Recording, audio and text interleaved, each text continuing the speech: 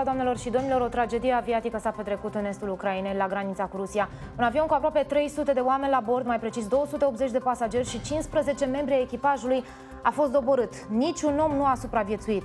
Peste 100 de cadavre au fost găsite împrăștiate pe câmp.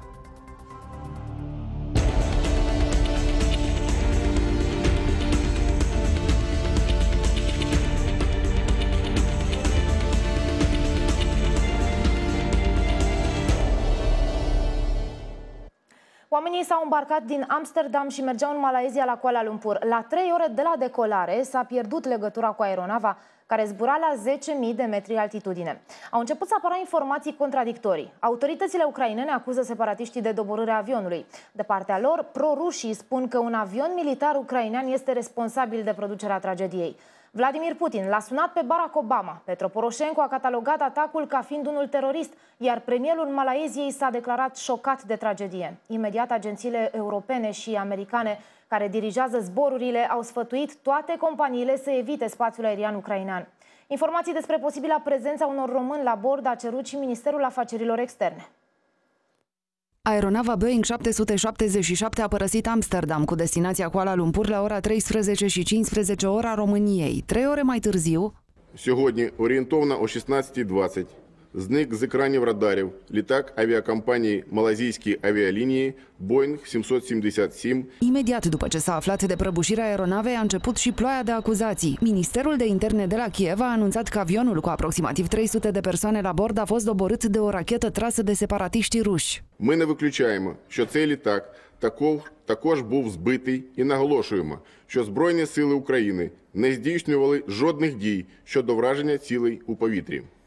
Potrivit agenției ruse Interfax, cursa MH17 s-a prăbușit cu 50 de kilometri înainte de a intra în spațiul aerian rusesc. Avionul a căzut în regiunea Donetsk, în apropierea orașului Chahtarsk. Resturile avionului au fost împrăștiate pe o rază de 15 kilometri. Un consilier al ministrului ucrainean de interne a declarat că aeronava ar fi fost doborâtă la o altitudine de 10.000 de metri de o rachetă lansată de separatiști de pe un dispozitiv special de proveniență rusească numit BUK.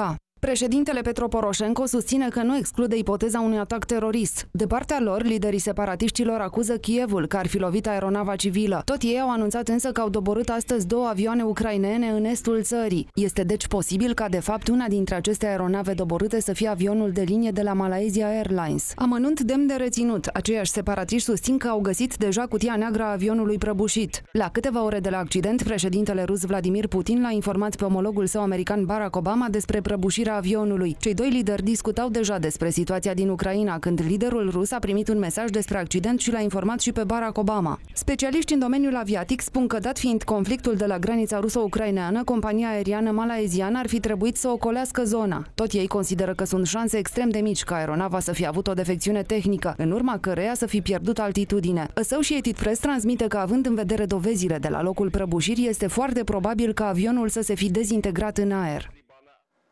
Bilanțul accidentului aviatic din Ucraina este tragic. Primele date de la fața locului indică faptul că la bordul aeronavei se aflau 71 de olandezi, 23 de americani, 10 britanici și 4 cetățeni francezi. Pentru că vorbim despre o regiune controlată de separatiști, președintele Ucrainei, Petro Poroșenko, a anunțat că va permite experților olandezi să vină în Ucraina pentru a face propriu. Discutăm cu Paul Mitu despre devierea traseului avionului Boeing 777 care a fost doborât în Ucraina. Paul Mitu este pilot. Bună seara, domnule Mitu. Bună seara. Domnule Mitu, știm că acest avion, Boeing 77, o cursă care venea de la Amsterdam, avea un anumit traseu prestabilit. Înțelegem că locul în care s-a prăbușit era diferit, nu se afla pe traseul acela prestabilit. În ce condiții se ajunge la o astfel de deviere? Câtă libertate are pilotul în aceste condiții? Orice pilot al unui avion de transport civil se poate afla în două situații diferite de rută. Prima și cea mai importantă este când cel de la dirijare, sub a cărui dirijare ești, îți dă de urmat o altă cale aeriană, deci te scoate din traseu obligatoriu. Iar a doua situație în care poți să te afli, corespunde cu, Doamne ferește, un eveniment că îți cedează ceva, este cea când ne întâlnești formațiuni de norm de cumulus Congestius, care cere și îți impune să ocolești zona sub aprobare. Vrem să știm, domnule Mitu, dacă în calitate de pilot nu ai libertate să eviți totuși o zonă de conflict, ca cea în care s-a prăbușit acest avion, pentru că era un focar acolo. De câteva zile știm că în urmă cu câteva ore au fost doborâte avioane de vânătoare. Într-adevăr, avionul comercial zboară la altitudini mult mai mari decât avionul de vânătoare, dar cu toate acestea, să ajungi în calitate de pilot, să treci, să traversezi exact acea zonă, nu ne pune câteva semne de întrebare? Da, voi încerca să corectez câteva elemente. Avionul de vânătoare este invers, zboară la înălțimi mult mai mari decât avionul de transport civil. Al doilea lucru pe care trebuie să-l reținem, că în clipa în care avionul a decolat de la Amsterdam, pilotului comandant îi se prezintă un dosar sau este informat într-un mod direct la biroul briefing despre conflictele posibile sau zonele interzise pe traseul pe care l-are de urmat. În situația în care, cum și piloții din compania Tarom, Recte și eu am întâlnit zone de conflict, pilotul are posibilitatea și decizia de a cere ocolirea acestor zone, inclusiv schimbarea traseului de zbor, indiferent dacă costă sau nu costă compania gazul respectiv. Mulțumesc pentru explicație. Am stat de vorbă cu pilotul Paul Mitu despre această deviere interesantă a traseului urmărit de nava Boeing 777, o navă care, vă reamintesc, a plecat în această după-amiază de la Amsterdam cu traseul stabilit, urma să aterizeze în Malaysia, la Kuala Lumpur. Acest lucru nu s-a mai întâmplat. La 3 ore de la decolare, avionul a fost doborât la granița dintre Ucraina și Rusia. Specialiștii români merg pe ipoteza conform căreia avionul a fost doborât de rachetele separatiștilor ruși. În plus, spun analiștii, avionul a fost o țintă ușoară, iar doborârea lui nu a necesitat echipament sofisticat. Este mâna separatiștilor ruși. Singurul argument este faptul că ca să dobori un avion, și în special la înălțimea asta, îți trebuie un armament extraordinar de sofisticat. Dacă este nevoie de rute care să facă legătura avioanelor comerciale, avioanelor de turism, indiferent ce avioane, și trebuie să treacă deasupra României, fiți sigur că România va accepta. Imaginile care au fost difuzate sunt filmate cu un telefon mobil, lucru specific separatiștilor. Se vede clar un fum gros în aer, ceea ce arată clar că a fost o explozie puternică după că a urmat prăbușirea. Avionul e foarte mare, poate fi lovit relativ ușor. Să ferească Dumnezeu să nu fi fost întâmplătoare lovirea avionului acesta, întâmplătoare, repet, și să fi fost voită, pentru că, după părerea mea, se deschide o cutie a Pandorei. Aceste rachete merg până la 25.000 de metri, deci dublul altitudinii la care zbura acest avion malaizian. Aceste rachete nu sunt portabile, de genul celor cărate pe umăr, pe măgar de separatiști sau amplasate pe mașini blindate. Ele sunt rachete care trebuie să fie amplasate pe instalații foarte complexe. Este un act de genocid. Niciun delay n-a fost măcar. Deci totul a decurs conform planului de zbor. Sunt radare civile care nu sunt dotate cu detectare anti-stealth. Avionul invizibil. Exact cum nu este detectat de radar, așa și rachetele sunt. Președintele Petro Poroșenko susține ipoteza unui atac terorist. Iată declarația. Хочу звернути вашу увагу, що ми це називаємо не інцидент, не катастрофа, а терористичний акт. Și o informație de ultimă oră, iată, Ministerul Afacerilor Externe anunță că va fi activată o celulă de criză la nivelul Ministerului ca urmare a catastrofei aviatice din estul Ucrainei. Și președintele Traian Băsescu a reacționat după accidentul aviatic. Administrația prezidențială a trimis un comunicat de presă în care șeful statului se declară consternat de evenimentele din țara vecină. Mai mult, Traian Băsescu cere clarificarea condițiilor în care s-a prăbușit avionul care aparținea Malaysia Airlines. Președintele solicită ca la ancheta autorităților ucrainene să participe și experții ai Uniunii Europene. Reacțiile internaționale după prăbușirea avionului malaizian nu au întârziat să apară. Liderii politici de la Washington, Londra, Amsterdam, dar și din Moscova s-au declarat șocați, dar au evitat să facă speculații cu privire la cauzele prăbușirii avionului. Pe de altă parte, autoritățile române încearcă să afle acum dacă între cei aproximativ 300 de oameni aflați la bord se aflau cumva și cetățeni români. Statele Unite nu vor să speculeze în privința celor care poartă vina pentru doborârea avionului Malaysia Airlines. Este declarația făcută de purtătorul de cuvânt al Departamentului de Stat la conferința zilnică. Our thoughts and prayers go out to those on board, their families and loved ones. We're closely monitoring the situation. The Secretary is, of course, aware of these reports, and we're seeking additional information. Our embassy in Kyiv is also in close contact with the Ukrainian authorities on this incident, but at this point, those are all the details that we have. Premierul Victor Ponta spune că autoritățile de la București țin legătura cu cele din Olanda pentru a afla dacă printre pasageri s-ar fi aflat și români. Domnule premier, un avion cu 295 de persoane a fost doborât, se spune, de o rachetă. Vorbim de peste 13 naționalități.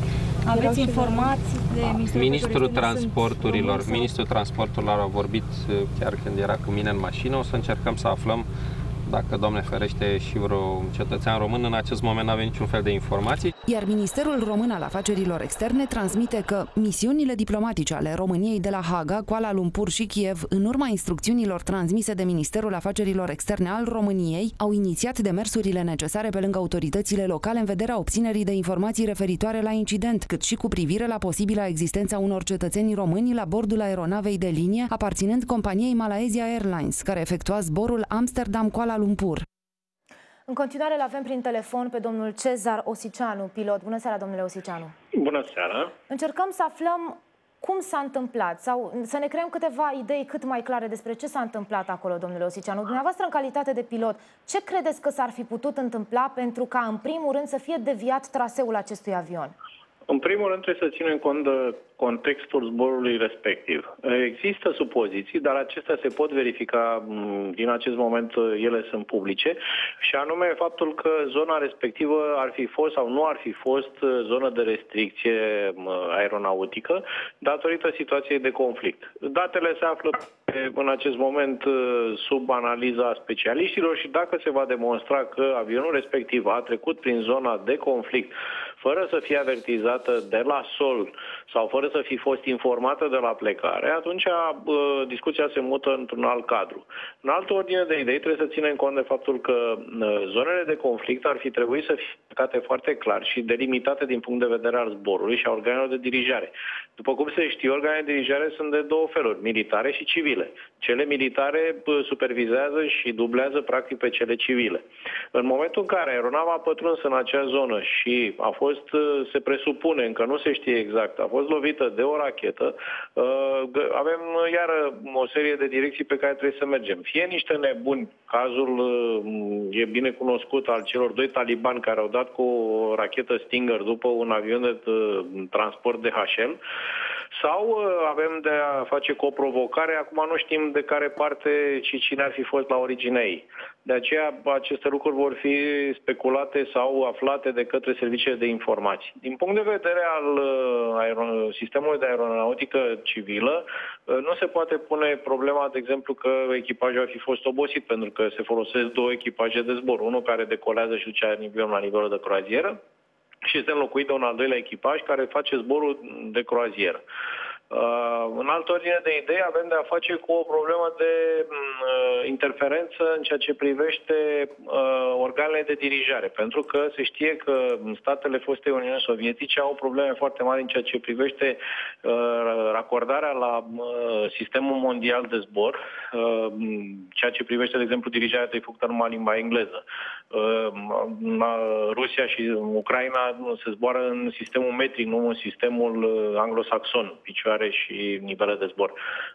Și atunci există o mare problemă și datorită faptului că fărămițindu-se Ucraina, autoritățile care ar fi trebuit să supervizeze și să verifice traiectele de zbor, condițiile de, cum a fost acum, de exemplu, cine va face ancheta, pe teritoriul cărei stat a căzut, cine este implicat și așa mai departe. Și acum, o altă problemă și ultima este faptul că încă nu se poate spune cu siguranță că a fost lovit de o rachetă sau dacă nu cumva a fost un act terorist. Pentru că dacă privim din exterior, vedem că un avion care zboară la 12-14.000 de metri a ajuns și a explodat undeva în apropierea solului. De ce spunem în mod evident în apropierea solului? Pentru că raza de împrăștiere a rămășițelor aeronavei se susține de până la 15 km. Ori dacă avionul ar fi explodat în aer, s-ar fi întins undeva la 100 de kilometri aproape. Aha, deci acest lucru ne confirmă faptul că aparatul de zbor a explodat foarte aproape de sol, având în vedere că doar pe o rază de 15 km s-au împrăștiat rămășițele ei. Din informațiile pe care noi le avem, domnule Osicianu, traseul acesta deviat se pare că ar avea în spate o informație de la turnul de control. De ce ar face turnul de control asta? De ce ar conduce un aparat de zbor într-o zonă, într-un focar de tensiuni, de conflicte, așa cum știm că este acolo în zona Donetsk? Asta încercam să vă explic și mai devreme și am să reexplic ca să înțeleagă toată lumea. Zonele de interdicție aeriană, cum sunt denumite ele, sunt precizate într-un sistem de informare care se numește NOTAM. NOTAM-ul este o informare generală de aviație pentru toate avioanele din lume, indiferent că sunt sub pavilion românesc, malaizian, nu mai știu eu ce altă țară. Și pe o anumită rută, când ai plecat, ți se dau aceste informații tocmai pentru ca să știi pe unde, ce și cum. În aceste zone de excludere aeriană, în care nu ai voie să survolezi avioane civile și așa mai departe, sunt supuse unor anumite reguli foarte stricte, există organe de dirijare militare care vin și dublează pe cele civile.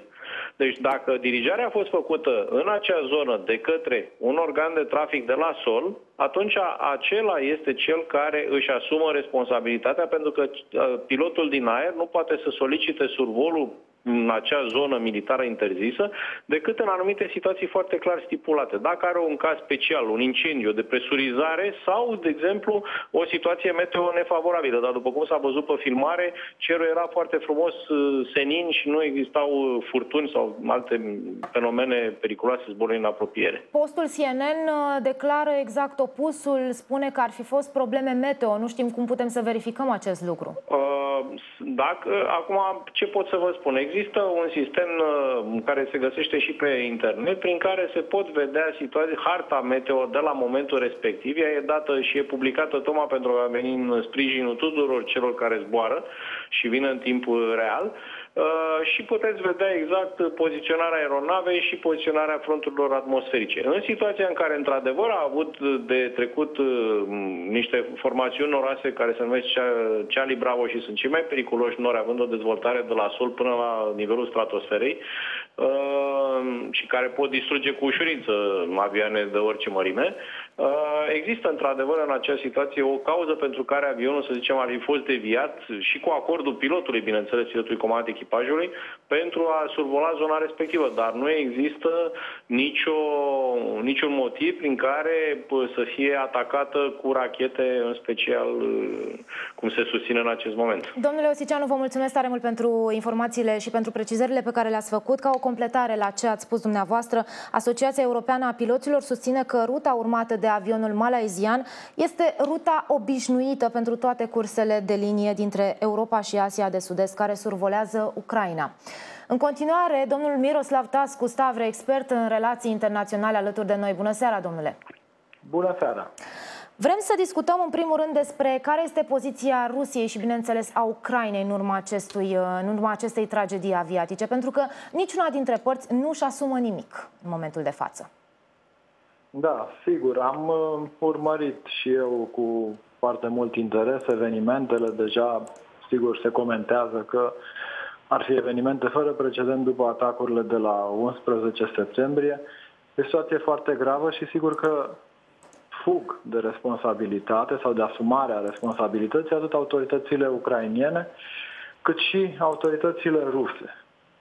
Aș putea spune că sunt cele două autorități, cea rusă și ucraineană, în egală măsură, măcar responsabil moral pentru ce se întâmplă astăzi acolo, dacă se confirmă atacul cu o rachetă de tip aer-sol asupra unor persoane civile nevinovate.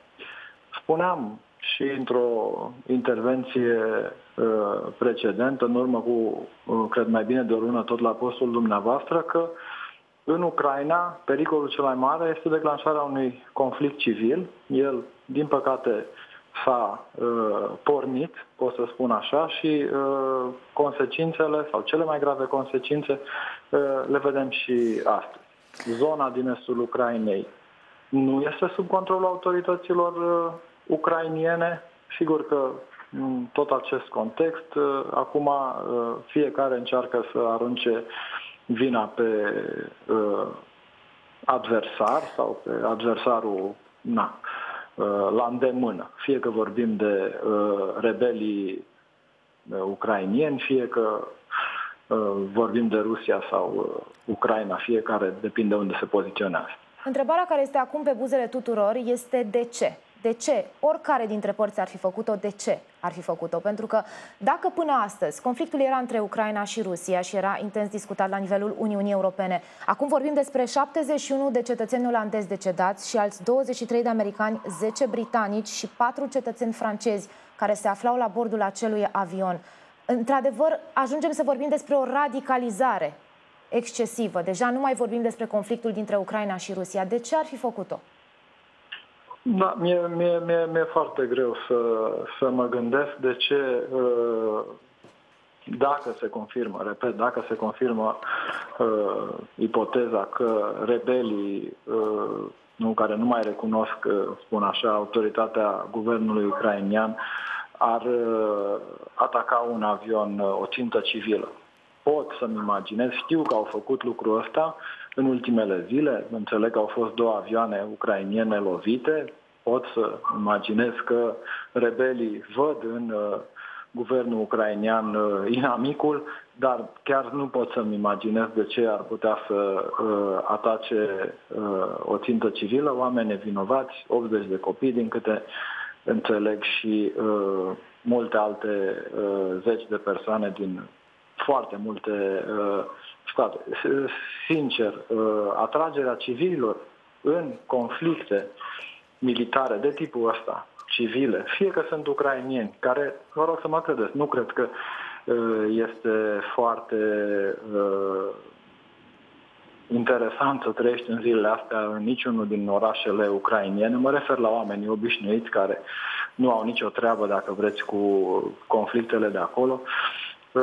Așa că este, din păcate, o suferință pentru oameni nevinovați. În tot ce înseamnă conflicte civile, pentru ce? Până la urmă, pentru niște orgolii sau pentru niște chestiuni politice care nu mai au niciun sens atunci când se pierd vieți de oameni nevinovați. O ultimă întrebare mai am pentru dumneavoastră. Declarațiile au fost încă de la început contradictorii. Președintele Petro Poroșenko vorbește despre un act terorist. Separatiștii proruși spun că sub nicio formă nu ar fi putut să doboare ei avionul, întrucât nu au la dispoziție armamentul, echipamentul necesar. Pe de altă parte, sunt voci care spun că Rusia alimentează acești separatiști proruși cu echipamente performante, suficient de performante pentru a putea doborî o astfel de aeronavă. În momentul de față, faptul că separatiștii au luat cutia neagră a aeronavei nu incriminează mai tare? Cu siguranță. În momentul de față, având în vedere că guvernul ucrainean are probleme în a controla zona, eu nu-mi imaginez sau nu știu cum se vor desfășura până la urmă investigațiile. Sigur că comunitatea internațională, mă aștept la reacții din partea Uniunii Europene, poate chiar în seara aceasta, se tot vorbește de comisii internaționale mixte, dar dacă acolo suntem pe un teren al nimănui, distrugerea probelor și toate lucrurile care țin de eveniment sau de tragicul eveniment vor face poate și mai dificilă sau va face și mai dificil aflarea adevărului în legătură cu vinovații, cu cei care au făcut până la urmă acest act, care este un act terorist, dacă se confirmă ipoteza despre care vorbim, adică ca o rachetă aer-sol să fi lovit acel avion. De altfel, mi se pare puțin probabil ca un avion să fi căzut în estul Ucrainei printr-o pură coincidență, adică totuși sunt mult prea multe elemente care mă fac să cred că acolo, până la urmă, din păcate, vorbim de un act terorist. Sigur, nici măcar nu s-a vorbit de vreo coincidență în cazul de față. Miroslav Tascu Stavre, expert în relații internaționale, a fost în direct alături de noi. Continuăm cu domnul Constantin Croitoru, fost șef al statului major al forțelor aeriene. Bună seara, domnule Croitoru! Bună seara! Știm că va fi activată o celulă de criză la nivelul Ministerului Afacerilor Externe. Vorbiți-ne puțin despre această celulă. Ce presupune ea într-un astfel de caz? Îmi cereți să-mi depășesc un pic atribuțiunile și cunoștințele, să vorbesc despre Ministerul de Externe. Bănuiesc că dumnealor vor face precizări în acest sens, dar aș putea comenta cu dumneavoastră în sensul că atunci când sunt situații de criză la Ministerul de Externe, întotdeauna se creează această celulă care analizează starea de fapt care este aici în apropierea țării noastre. Bineînțeles că Ministerul de Externe, serviciile de informații și cu toate celelalte organisme care sunt implicate în a vorbi și a decide în legătură cu securitatea națională și cu securitatea pusă în cadrul alianței, vor trage niște concluzii. Domnule Croitoru, spațiul aerian al Ucrainei a fost oficial închis pentru cel puțin 3 zile. Multe companii aeriene, inclusiv Tarom, au declarat că vor evita aceste trasee, vor evita culoarul aerian al Ucrainei. De ce acum? Este într-adevăr o tragedie aviatică, dar conflicte erau de mult timp acolo. Numai zilele trecute au fost doborâte avioane de vânătoare de pe teritoriul Rusiei, avioane de vânătoare aparținând Ucrainei. De ce acum, domnule Croitoru, vă întreb? Întrebarea este binevenită. Cred că autoritățile europene care răspund de toată activitatea în spațiu aerian din această zonă de lume puteau să decidă acest lucru un pic mai devreme. Întrucât toată lumea a tras concluzia că acolo este un conflict pe care nu-l poți controla, nu-l poți supraveghea, care nu se desfășoară după niște reguli care pot fi analizate. Deci, ca urmare, întrebarea este binevenită și cred că decizia a fost luată cam târziu. Deși există niște reguli internaționale în acest sens, atunci când zona de conflict este declarată și este delimitată, să-i spunem, într-o oarecare măsură. Dar acest lucru nu a convenit părților ucrainiană și rusă, întrucât orice survol aerian civil, deci un zbor comercial deasupra țării, aduce bani în visteria acestor țări. Și ca urmare nu l-a convenit să facă acest anunț cu ghilimele de rigoare de război și să piardă acest bani. Este un pic cam scurtă explicația mea, dar aici se reduce adevărul, cred. Domnule Croitoru, ce se face, ce se poate face într-o situație în care avionul s-a prăbușit într-un loc, într-o zonă în care, iată, oficialii ucraineni nu au acces? Doar separatiștii proruși, care înțelegem că deja au intrat în posesia cutiei negre a aeronavei. Ce se poate face este greu de spus în situația de față. Dacă părțile implicate în cercetarea acestui accident nu sunt de bună credință, adevărul se va lăsa greu descoperit. Mai este posibil să existe o altă sursă de informații, un alt radar, un alt satelit care poate a sesizat acest moment. Are o poză sau o informație a momentului și va putea fi pusă pe tapet spre aflarea adevărului. Altfel, cel care a luat cutia neagră poate fi bine intenționat sau rău intenționat. Depinde în ce parte a adevărului vrea să se situeze. Și iată, agenția Interfax anunță că avionul președintelui rus Vladimir Putin, care se întorcea din America Latină, a urmat aceeași rută ca a cursei Malaysian Airlines. Deci era un spațiu, așa cum spuneam și mai devreme, un spațiu aerian frecventat. Greu de comentat acest lucru. De ce urmează aceeași rută? Putem face speculații, dar în momentul ăsta ar fi gratuită. Vă mulțumesc tare mult pentru explicațiile dumneavoastră și pentru intervenția la Digi24. În continuare, Ion Petrescu, colonel în rezervă, analist militar. Bună seara, domnule Petrescu. Să rămână distinsă, domniță. Ce se poate comenta în acest moment, la doar câteva ore după ce, iată, au ajuns la noi informații despre una dintre cele mai mari tragedii aviatice? Iată, o tragedie aviatică despre care nici măcar nu s-au luat în calcul factorii umani sau alte genuri de cauze despre care vorbim în mod normal în momentul în care avem parte de un accident aviatic. În momentul de față vorbim despre un caz cu totul și cu totul special, pentru că are implicații geopolitice, domnule Petrescu. În urmă cu circa aproximativ 2 ore am primit de la Ministerul Afacerilor Externe al Ucrainei detalii privind avionul de pasageri doborât pe teritoriul ucrainean și conform acestui comunicat, care este însoțit de o fotografie decentă a unei aripi a avionului căzut la sol, dar și de un facsimil privind un text interesant al unui lider instalat de Moscova în regiunea separatistă. Deci în acest text se precizează că statul major general al Forțelor Armatele Ucrainei, și atunci sursa este extrem de credibilă, fiind vorba de informații militare, acest stat major certifică că sistemul rusesc de rachete Buk este cel care a lovit avionul care zbura într-adevăr la 10.000 de metri altitudine. Sigur, întrebarea este a cui era acel sistem, dacă aparținea separatiștilor sau a funcționat de partea estică a frontierei dintre Ucraina și Rusia. În același timp, Ministerul de Externe ucrainean a precizat că nu are sisteme de rachete de apărare antiaeriană cu rază lungă în această zonă și vreau să vă spun că e credibilă informația, pentru că președintele Piotr Poroșenko nu are niciun interes să inflameze mai mult zona decât o fac cei din partea cunoscută a puterii regionale. În același timp, apare o informație interesantă, faptul că sistemele de apărare antiaeriană ruse sunt cele care asigură de mult timp o protecție a mercenarilor ruși și a teroriștilor din acest areal.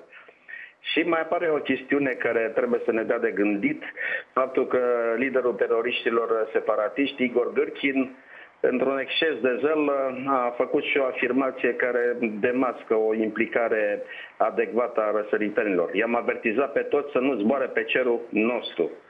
Sigur că Ucraina va prezenta în continuare dovezi video privind posibilă implicare militară rusă în prăbușirea avionului Boeing. Nu ne spune mai mult decât imaginile pe care dumneavoastră le-ați difuzat până acum la televiziune. Faptul că președintele Ucraina a solicitat înființarea unei comisii naționale cu implicarea Organizației Aviației Civile Internaționale, la fel, mai durează până va stabili un răspuns. Cert este că, din punct de vedere militar, vom avea o vară fierbinte în această parte a lumii, iar telefoanele dese din ultimele 24 de ore, convorbirile dintre președintele Barack Obama și Putin, care sigur au fost reduse la un schimb de opinie privind recentele sancțiuni, eu cred că au avut și un dialog bazat pe această tensiune în creștere. Obama se va menține în limita sancțiunilor economice, care vor fi din ce în ce mai dure, și să nu uităm că Statele Unite mai nou sunt hotărâte să continue pe acest drum, chiar dacă la un moment dat partenerii europeni nu vor merge mai departe. În același timp și președintele rus are tot interesul până la summitul NATO să mențină partea răsăriteană a Ucrainei ca o zonă de destabilizare majoră. Așadar, domnule Petrescu, vorbim despre un accident aviatic în care toată lumea părea să fie în regulă, echipajul părea să fie odihnit, piloții, aeronava bine alimentată, o cursă destul de frecventată, pentru că, așa cum am aflat și ceva mai devreme la Digi24, traseul, ruta Amsterdam-Kuala Lumpur este o rută destul de frecventată, având în vedere legăturile strânse la nivel de afaceri și nu numai dintre Olanda și Malaezia.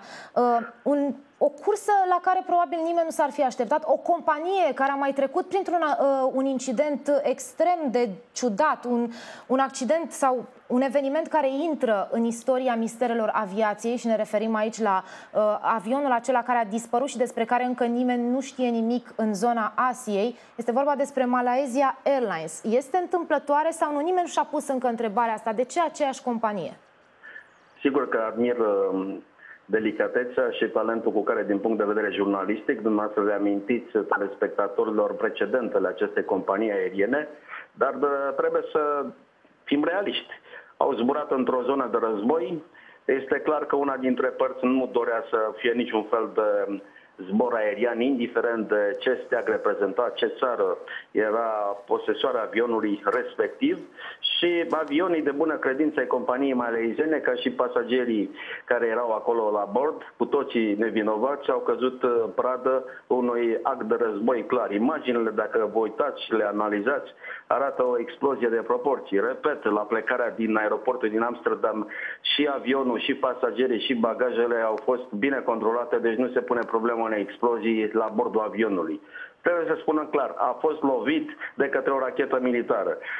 Teoretic, la ora actuală, conform informațiilor furnizate de ucraineni, este o rachetă care a pornit fie din zona separatistă, fie din zona sistemelor de apărare ruse care susțin menținerea pozițiilor actuale ale separatiștilor ruși, comandați de ofițeri activi ruși.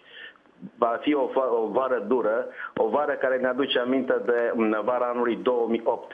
Atunci, în câteva zile, Georgia a fost într-o situație în care, cu sprijin internațional, s-a ajuns la stabilizarea situației.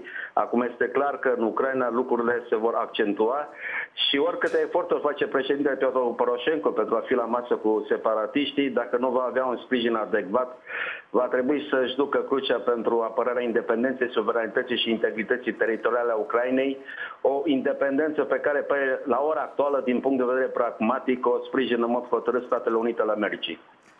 Rămâneți, vă rog frumos, alături de noi. Racheta Buk, pentru telespectatorii noștri, este o rachetă care este cunoscută în Occident drept SA-11 sau SA-17, o rachetă de mari dimensiuni care se lansează de la sol și care poate atinge o altitudine maximă cuprinsă între 11.000 și 25.000 de metri în funcție de versiune. Iată, așadar, se încadrează lejer în altitudinea la care zbura acest avion, un Boeing 777, care zbura de la Amsterdam și urma să aterizeze la Kuala Lumpur. Este ghidată de o stație radar aflată la sol, este suficient de mare pentru a doborî aeronave mari dintr-o singură lovitură. O baterie de rachete Buk constă în 2 transportoare și un lansator. Un lansator de tip Buk poate trimite rachete la 25 de kilometri altitudine și pe o distanță de 42 de kilometri. Domnule Petrescu, au apărut imagini pe care le-am difuzat și noi și televiziunile din străinătate, imagini în care am putut observa, cineva a filmat un momentul în care avionul a explodat. Foarte interesant este faptul că nu se vede avionul căzând. Par editate aceste imagini. Se vede strict avionul explodând. Sunteți o jurnalistă perspicace. Războiul psihologic înseamnă să induci celor care privesc exact starea pe care ți-ai propus-o. De altfel, dacă orice simplu telespectator intră acum pe YouTube și scrie Ucraina News, Ucraina War, va vedea foarte multe imagini postate cu telefonul, dar care sunt favorabile separatiștilor ruși. Din această perspectivă este clar că s-a dorit ca, dincolo de doborârea avionului, să se arate că aceste cauze sunt misterioase, ar fi misterioase și că, fiind deasupra teritoriului ucrainean, armata ucraineană ar fi cea vinovată. Sigur, noi nu cunoaștem adevărul până la capăt și mergem acum pe primele informații. Dar în prim război psihologic, faptul că avionul președintelui Putin a trecut prin zonă este o spălare pe mâini a administrației prezidențiale ruse de acest incident și, în cel mai rău caz, separatiștii vor fi cei învinovățiți dacă probele președintelui Petro Poroșenko vor convinge opinia publică internațională că, într-adevăr, o rachetă rusească a lovit avionul.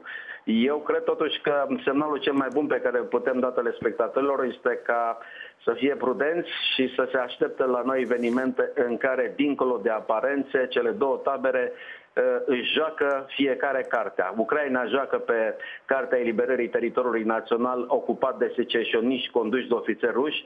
Rusia joacă cartea interesului imperial de a crea o Ucraina destabilizată, de a presa summitul NATO din toamnă, din țara Galilor, să fie mai ponderată în măsurile luate. Și să nu uităm că la summitul NATO se va pune problema respectării bugetelor de apărare națională. România trebuie să aibă un buget nu de 2%, ci de 2,38%. Așa s-au angajat oficialii români când am intrat în NATO. Și imediat ce am intrat în NATO, au redus bugetul apărării. Trebuie să avem grijă să sprijinim forțele armate române, pentru că în partea răsăriteană a frontierei de est a NATO lucrurile se complică. Domnule Petrescu, vă mulțumesc tare mult pentru prezența dumneavoastră în jurnalul Digi24. Între timp, să vă informez, doamnelor și domnilor, au apărut primele declarații ale autorităților olandeze. La ora 22:50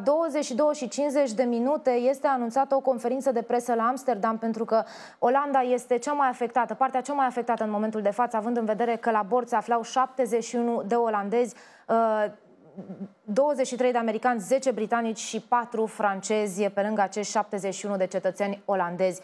În total, în aeronava Boeing 777 se aflau 280 de pasageri și 15 membri ai echipajului. Vă reamintesc că a decolat de pe aeroportul din Amsterdam cu destinația Kuala Lumpur.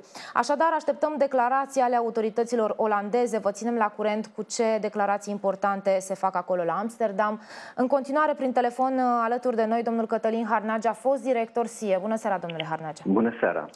Acest eveniment extrem de nefericit poate fi catalogat, așa cum l-a catalogat președintele Ucrainei, Petro Poroșenko, ca fiind un atac terorist?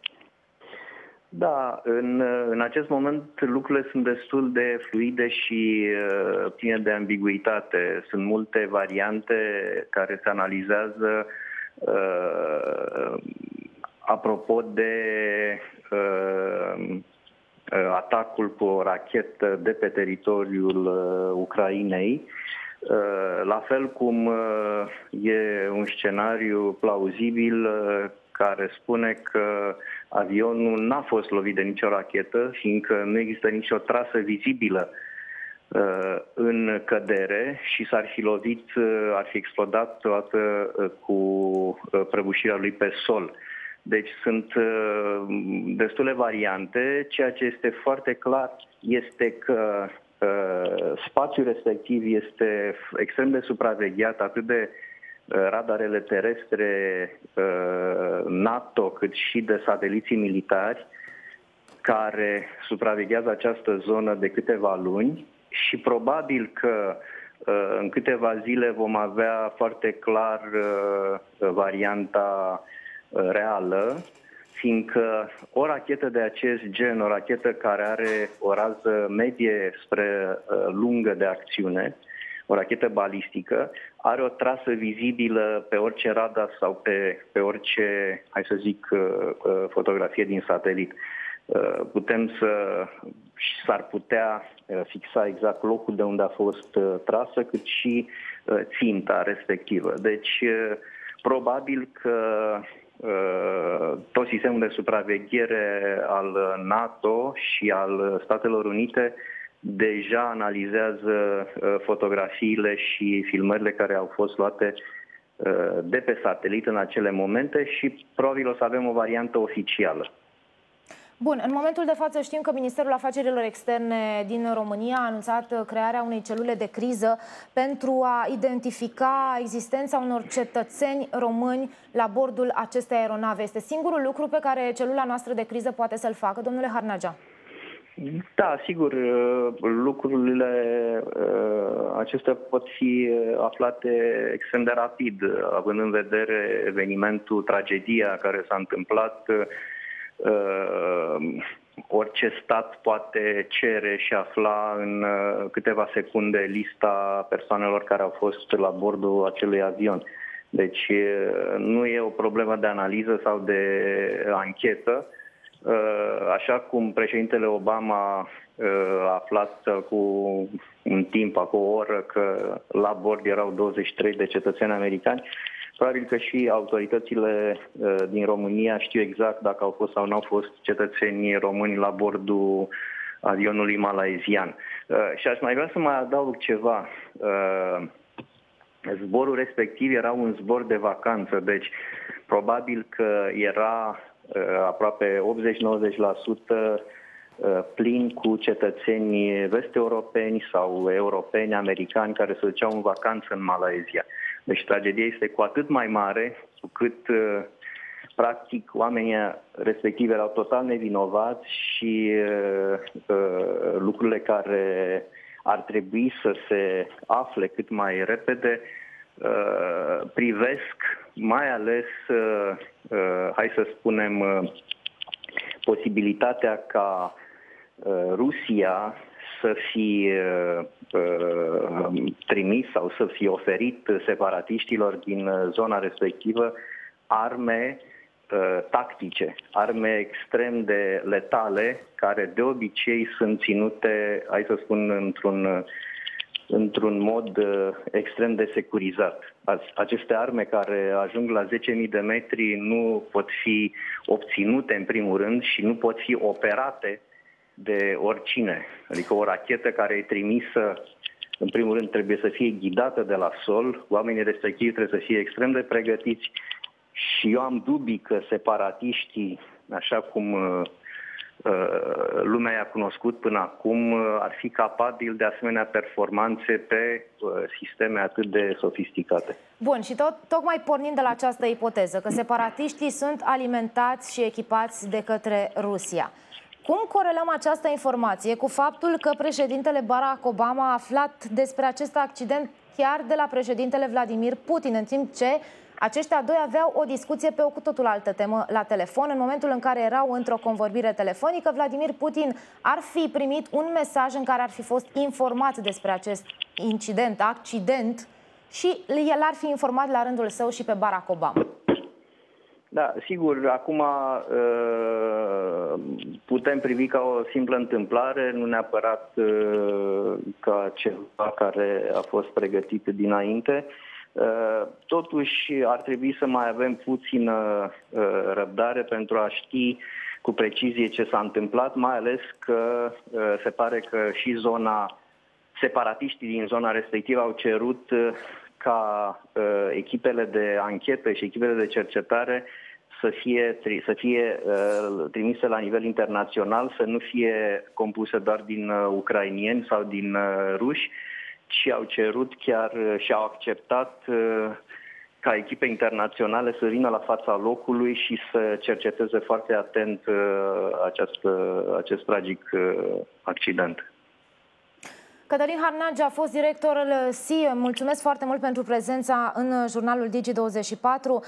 Așadar, doamnelor și domnilor, ce știm până la această oră? Vă reamintesc că informațiile referitoare la cursa MH17, care a plecat din Amsterdam cu destinația Kuala Lumpur, cu 295 de pasageri la bord, a fost doborâtă, potrivit primelor ipoteze, a fost doborâtă la granița dintre Ucraina și Rusia. 10 minute ar mai fi avut de zburat în spațiul aerian ucrainean acest aparat de zbor, până să fi intrat în spațiul aerian al Federației Ruse.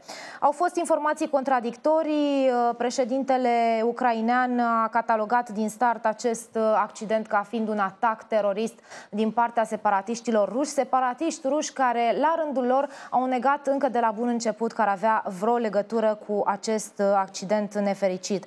Este vorba despre un avion aparținând companiei Malaysian Airlines, o companie care, vă spuneam și mai devreme, în mai puțin de un an a fost implicată, iată, în două accidente extrem de importante. Primul în luna martie, atunci când un Boeing 777, de asemenea, cu 239 de pasageri la bord, a dispărut efectiv de pe radare și nici până în momentul de față nu a fost găsit, în ciuda căutărilor extrem de complexe și costisitoare care au avut loc în acea zonă.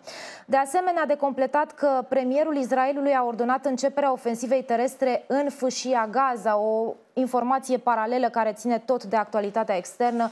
Ordinul vine în a 10-a zi de declanșare a confruntărilor și iată, la 24 de ore după ce tot Israelul anunța că astăzi va susține un armistițiu timp de 5 ore, de la 10 dimineața până la ora 15, în scopuri umanitare. De asemenea, gruparea Hamas din fâșia Gaza anunțase că este dispusă să instaureze un armistițiu de 10 ani cu anumite condiții. Așadar, iată informația momentului care vine de acolo, din Israel. Premierul Israelului a ordonat începerea ofensivei terestre în Gaza. Ordinul, vă spuneam, vine în a 10-a zi de la declanșarea confruntărilor, când, vă reamintim, sute de oameni au murit acolo, foarte mulți civili. Un pasager al cursei Malaysia Airlines, doborâtă în estul Ucrainei, a fotografiat avionul cu câteva minute înainte de decolarea de la Amsterdam către Kuala Lumpur. Bărbatul parcă a avut o presimțire că se va întâmpla ceva rău cu aeronava Boeing 777. Lângă poza pe care a postat-o pe Facebook, a scris, citez, "Dacă dispare, iată cum arată". Avionul Boeing 777 a efectuat primul său zbor în urmă cu fix 17 ani, pe 17 iulie 1997.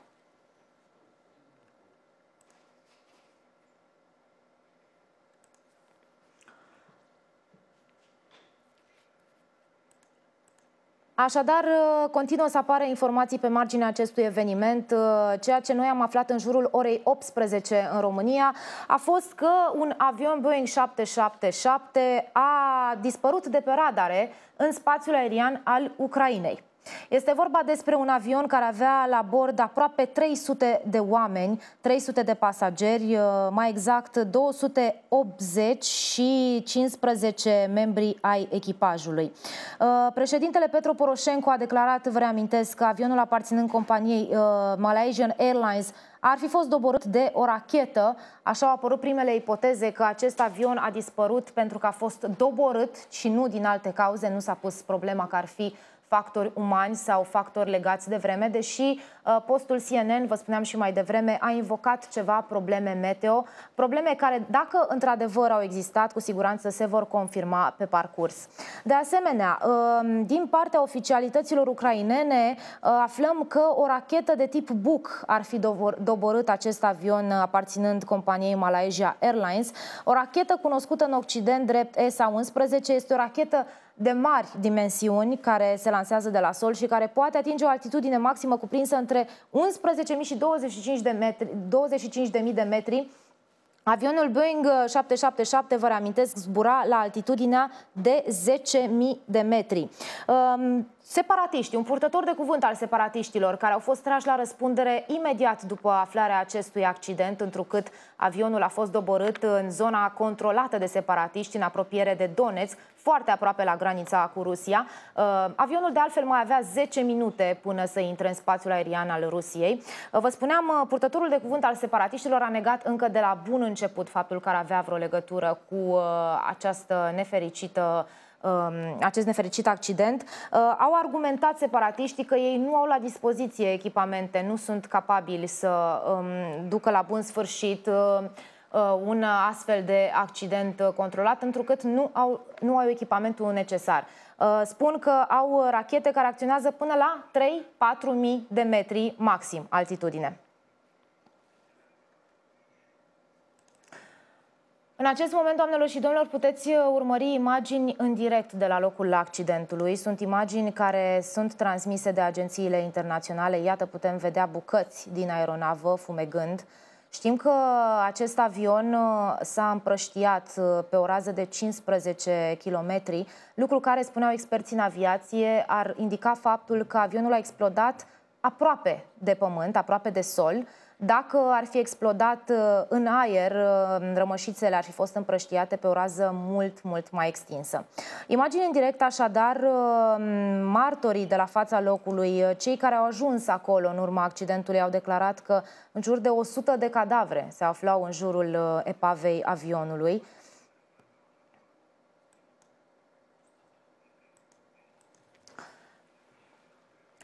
Și ne îndreptăm atenția și către informația momentului tot de pe plan extern. Vă spuneam ceva mai devreme că prim-ministrul israelian Benjamin Netanyahu a ordonat armatei să înceapă ofensiva terestră în Fâșia Gaza. Cel puțin 210 palestinieni au murit în bombardamentele israeliene și un izraelian după explozia unei rachete. Militanții palestinieni au lansat peste 1300 de rachete spre teritoriul Israelului în cele 10 zile de la începerea conflictului. Majoritatea proiectilelor palestiniene au fost interceptate de sistemul antirachetă israelian. Stăm acum de vorbă cu domnul Adrian Niculescu, profesor de istorie. Bună seara, domnule Niculescu! Bună seara dumneavoastră și telespectatorilor dumneavoastră și mulțumesc pentru invitație. Cum privim acest anunț venit din partea primului ministru israelian, care, iată, anunță o ofensivă terestră în Fâșia Gaza? După ce zilele trecute, domnule Niculescu, s-a tot vorbit de armistiții. Da, asta este știrea momentului, să spun așa, orei acestea, fiindcă acum 2-3 ore ne ocupăm de avionul malaysian a bătut deasupra Ucrainei. Iată că se suprapun și se telescopează evenimentele majore și crizele. Pe de altă parte, anunțul primului ministru israelian era de așteptat, era destul de plauzibil că se va petrece, se va produce. El, de altfel, a dat o încetare a focului de circa, înțeleg că au fost câteva